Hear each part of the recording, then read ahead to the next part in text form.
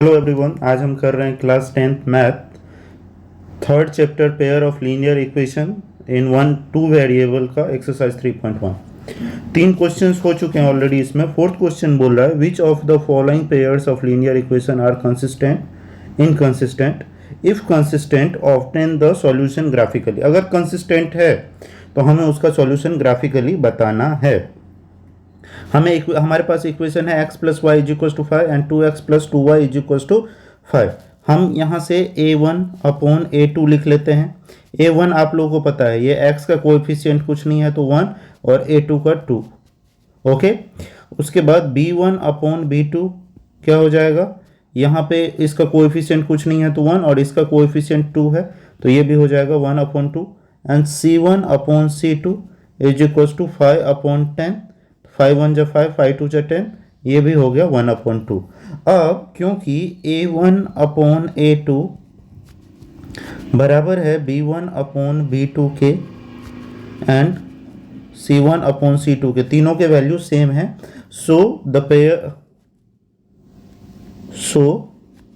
Pair of linear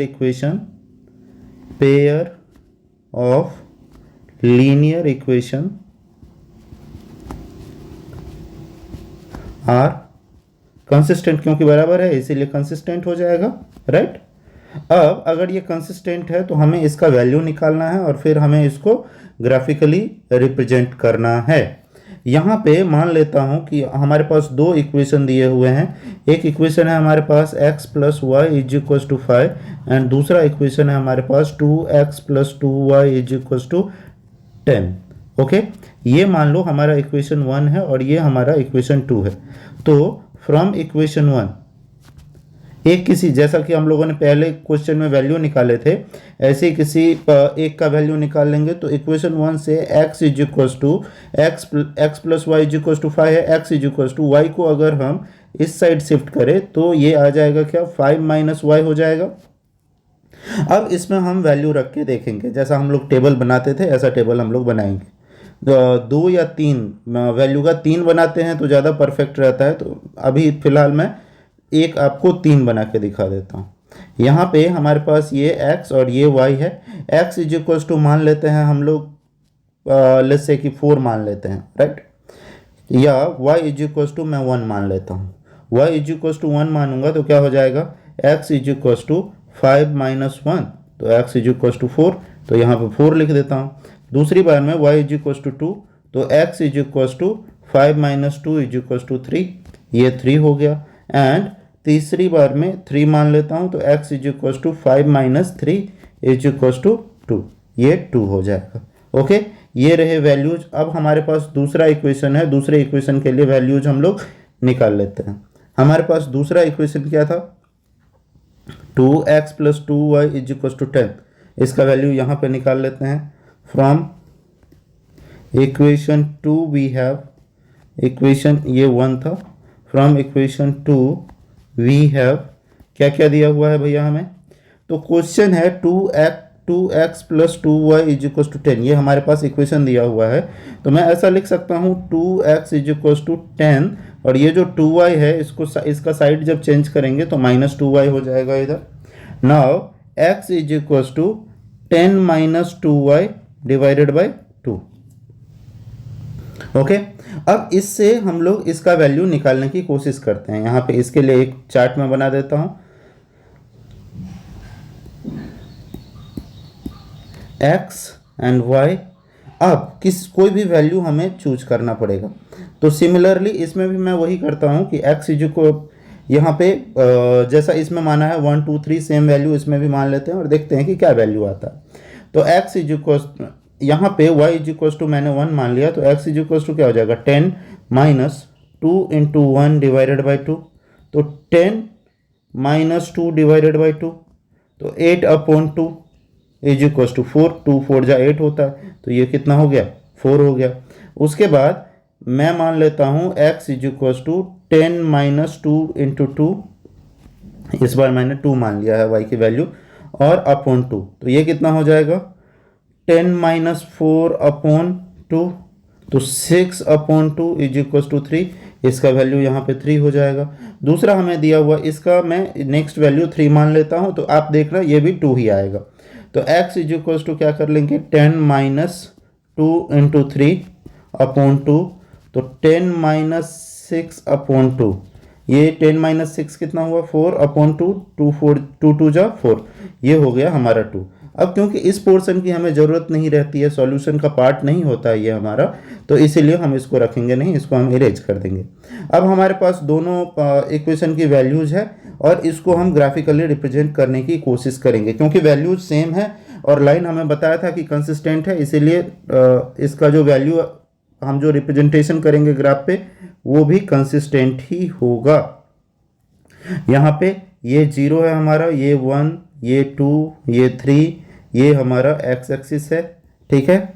उसके बाद 1 2 minus होगा ये, और ये हमारा एक्स डैश है। इसके बाद हमारे पास यहाँ पे ये पॉजिटिव नंबर्स रहेंगे 1 2 3, और सिमिलरली यहाँ पे नेगेटिव नंबर्स रहेंगे -1 -2 -3। ओके, अब नंबर्स को रिप्रेजेंट करने की अगर कोशिश करें तो पहला नंबर हमें दिया हुआ है 1 और 4। 1 यहाँ पे एक नंबर और लिखना पड़ेगा हमें, ये 4, तो 1 के सामने 4 को रिप्रेजेंट करेंगे अगर x का 4 है और इसका 1 है, तो ये यहाँ पे कुछ रिप्रेजेंट होगा, x का 4 एंड y का 1, उसके ये y वाला पार्ट है अपना। उसके बाद नेक्स्ट नंबर दिया हुआ है 3 एंड 2, x का 3 एंड y का 2, तो ये कुछ यहाँ हो जाएगा।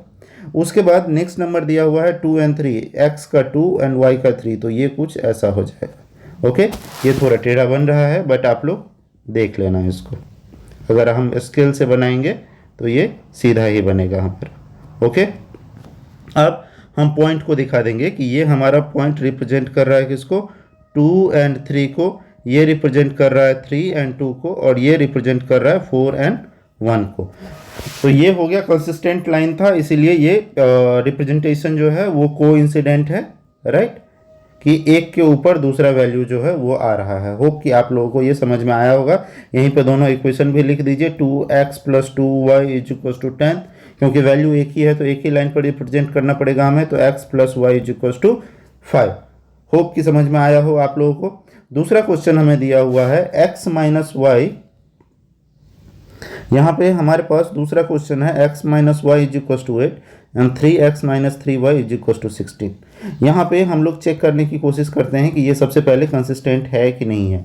a1 अपॉन a2, x का कोएफिशिएंट कुछ नहीं है तो 1 है, तो 1, और यहाँ पे x का कोएफिशिएंट हमें दिया हुआ है 3। b1 अपॉन b2 क्या हो जाएगा, ये भी हो जाएगा 1 अपॉन -3 हो जाएगा, -1 अपॉन -3, तो ये कट गए तो 1 अपॉन 3 बच गया, क्योंकि इसका कोएफिशिएंट -1 होगा और इसका कोएफिशिएंट 3 दिख रहा है।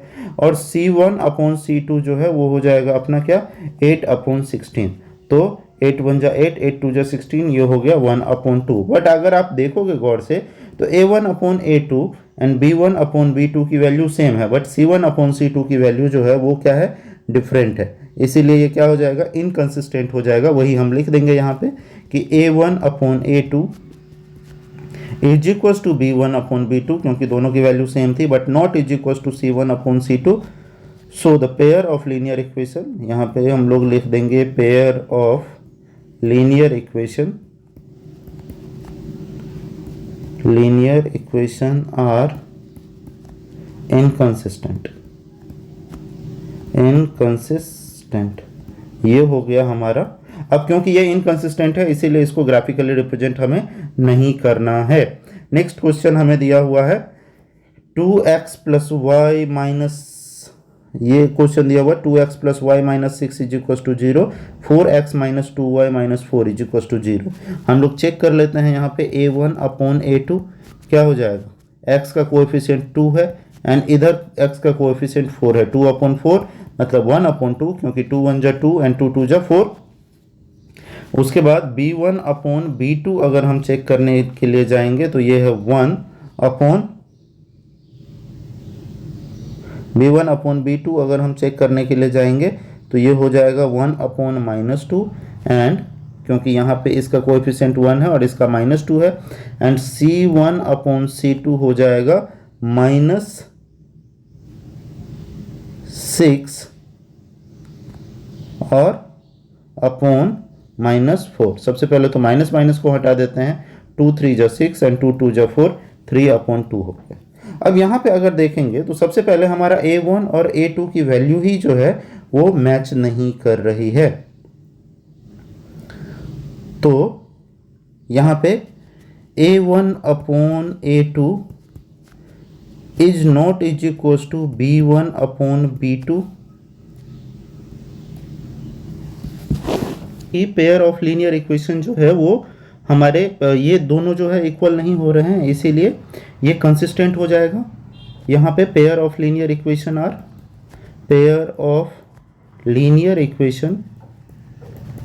Are consistent. ओके, अब अगर ये कंसिस्टेंट है तो हमें ग्राफिकली फिर इसको रिप्रेजेंट करना पड़ेगा, graphically and algebraically and graphically. Main graphically ही हम लोग देखते हैं। यहाँ पे हमें ये हमारे पास इक्वेशन है, पहला इक्वेशन था हमारे पास, इसमें 2x plus Y is equal to 6। Okay, तो 2x plus Y minus 6 is equal to 0, ये पहला इक्वेशन था हमारा। और हमारे पास दूसरा इक्वेशन है 4x minus 2y is minus 4 is equal to 0, ये है हमारा सेकेंड इक्वेशन। पहले इक्वेशन से अगर हम डेराइव करने उसके वैल्यू निकालने की कोशिश करें तो फ्रॉम इक्वेशन 1 वी हैव क्या क्या है हमारे पास, we have 2x plus Y is equal to 6। मैंने -6 को -6 का साइड चेंज किया तो +6 हो गया। Now 2x is equal to 6 minus Y, Y का साइड चेंज किया तो नेगेटिव हो गया वो। और उसके बाद x is equal to 6 minus Y divided by 2।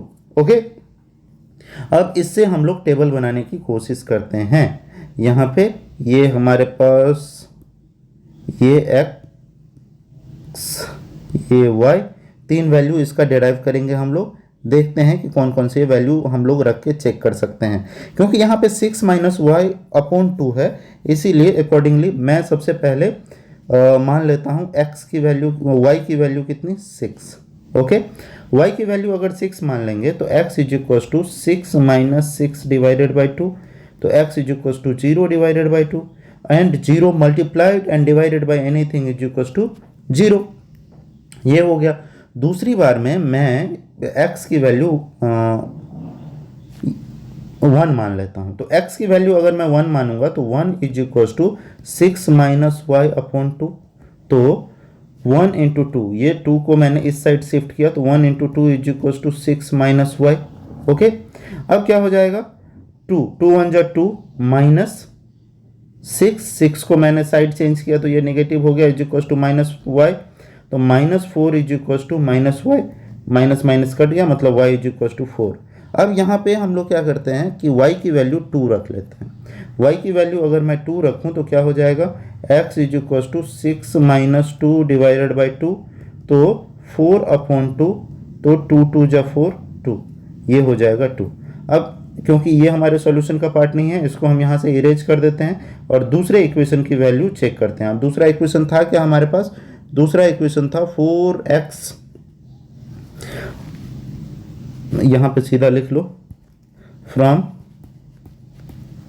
Equation 2 we have, equation 2 we have क्या क्या है हमारे पास इक्वेशन 2 से, तो इक्वेशन 2 से हमारे पास है 4x माइनस 2y माइनस 4। तो इसको मैं ऐसे लिख सकते हैं हम लोग कि 4x is equal to 4 plus 2y, मैंने दोनों को 4 एंड 2y को शिफ्ट कर दिया तो दोनों पॉजिटिव हो गए, and x is equal to 4 plus 2y upon 4। ये जो 4 इधर मल्टीप्लिकेशन में था x के साथ, इसका साइड चेंज किया तो ये पॉजिटिव हो गया। अब इसके लिए भी एक टेबल बनाते हैं हम लोग।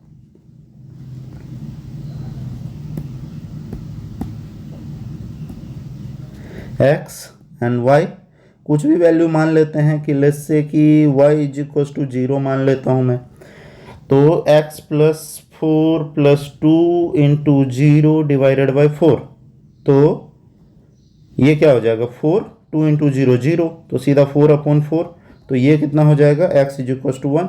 उसके बाद नेक्स्ट क्या वैल्यू हम लोग कुछ भी मान लेते हैं, 0 माना था, अभी मैं ये 2 मान लेता हूँ, तो x is equal to 4 plus 2 into 2/4, तो 4 प्लस 4/2 4, ये हो जाएगा 8/4, तो 4 2 जा 8, ये हो गया हमारा, इसको हमने 2 माना था, ये भी हमारा 2 हो गया। नेक्स्ट वैल्यू इसका 4 अगर हम लोग मानते हैं तो x is equal to 4 plus 2 into 4 divided by 4, तो ये कितना हो जाएगा 4 प्लस 2 इंटू 4 8 डिवाइडेड बाई 4, तो 12/4, 4 3 जा 12, इसकी वैल्यू जो है वो हो गई हमारी 3।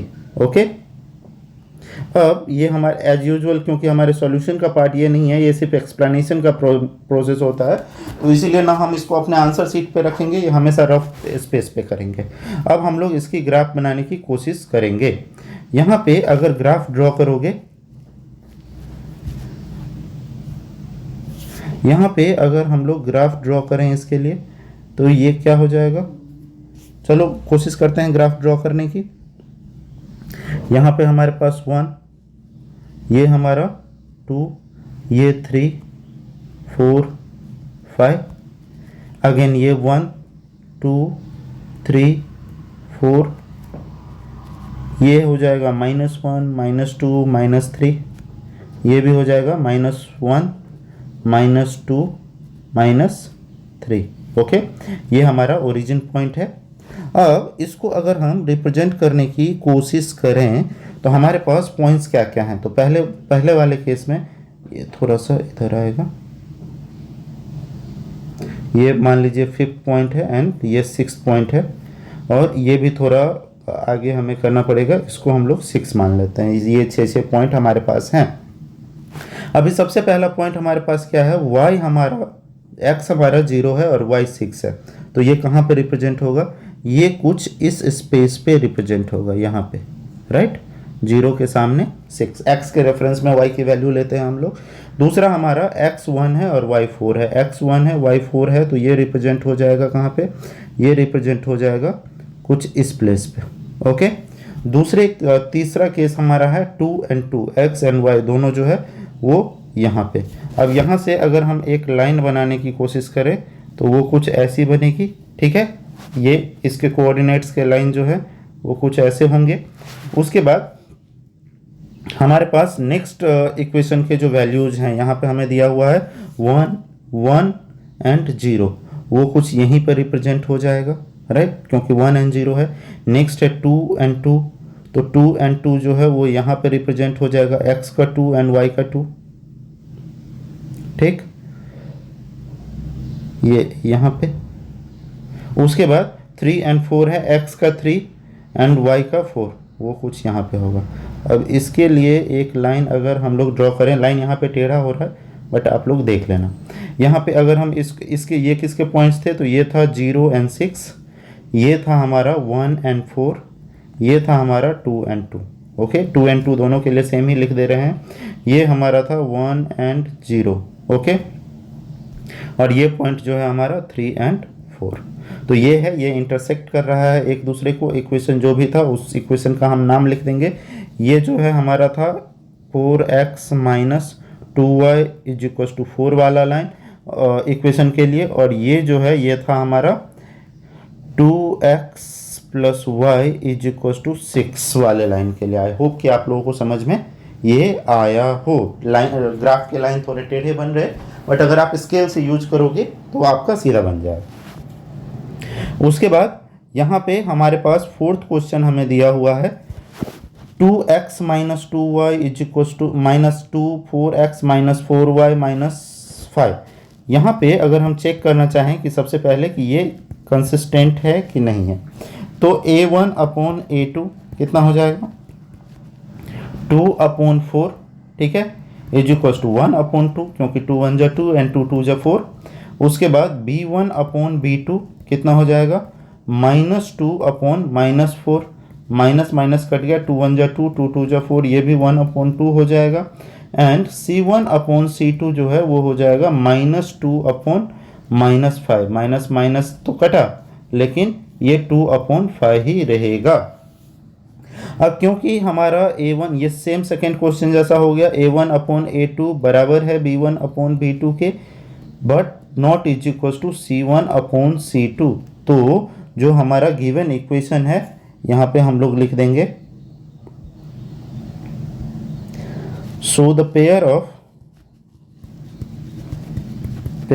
Of linear equation are inconsistent.